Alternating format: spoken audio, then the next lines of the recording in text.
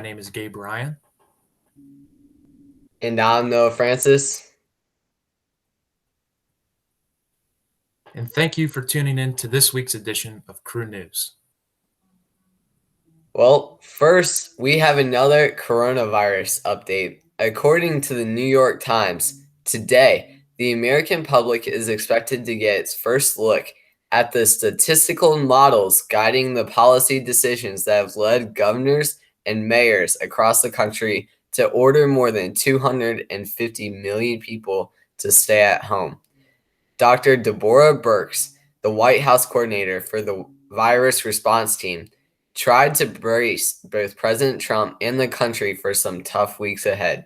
Even if all the social distancing guidelines are followed perfectly, in her words, Dr. Birx thinks the death toll in the nation could reach 100,000 to 200,000.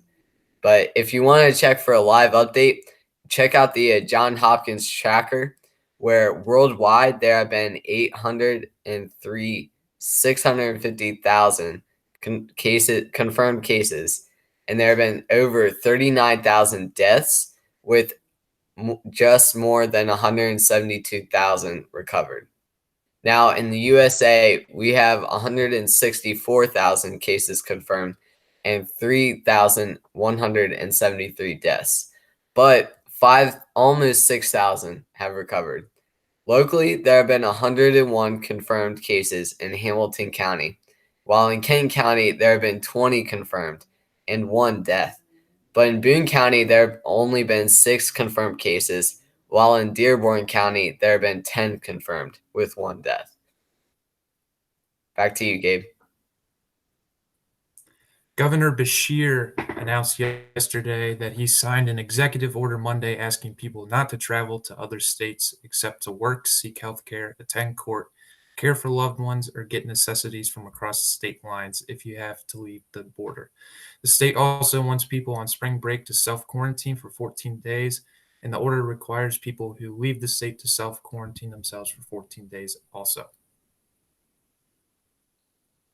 Last week, President Donald Trump ordered the dispatch of the USNS Mercy to Los Angeles and her twin, the USNS Comfort, to New York. The USNS Mercy departed her home port of San Diego with nearly 900 staff on board to take on non-coronavirus patients in an effort to alleviate Los Angeles hospitals. The USNS Comfort arrived in New York from its home port in Norfolk, Virginia on Saturday. The vessels, which were transformed from hulking oil tankers into 1,000-bed hospital ships, are nearly 3 football fields long and 10 stories high, making them indisputably the largest hospital ships in the world.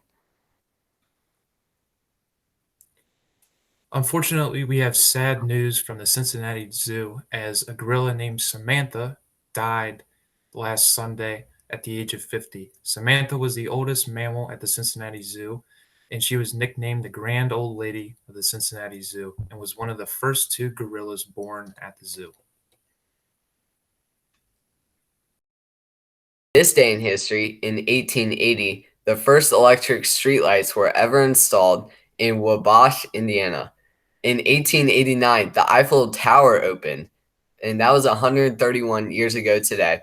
And it was selected from 100 of other designs to honor the 100th anniversary of the French Revolution.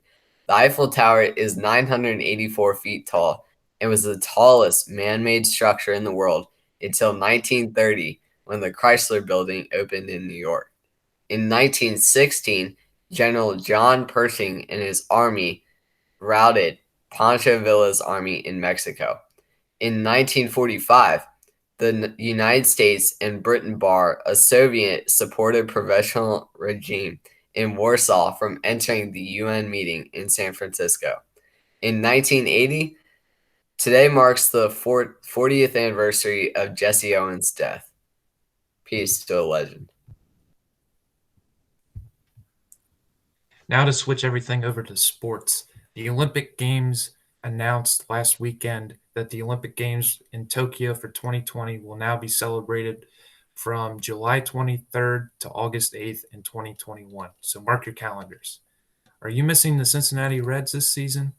Well, the Enquirer will try to ease the pain of not cheering on the Cincinnati Reds with a look back at some of the most notable ex players.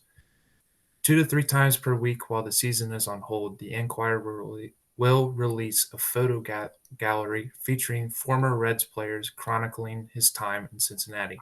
From Hall of Famers to some players who only spent a short time here, take a look at Reds history.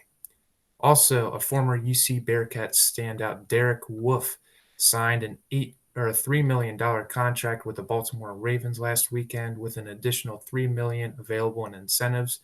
Derek has played the last 8 seasons of his NFL career with the Denver Broncos and is looking to take his talents to the division rival, the Baltimore Ravens. In some MLB news, Commissioner Rob Manfred announced over the weekend that he is still optimistic for his season for Major League Baseball. However, there will not be enough time allotted for the standard 162-game season, and the Players Association and Major League Baseball are working together to put together a modified season. The hope is to get underway with some sort of spring training, whether that would be a week or two or maybe even close to a month, to get the players back in shape, especially the pitchers, and then jump into a modified schedule.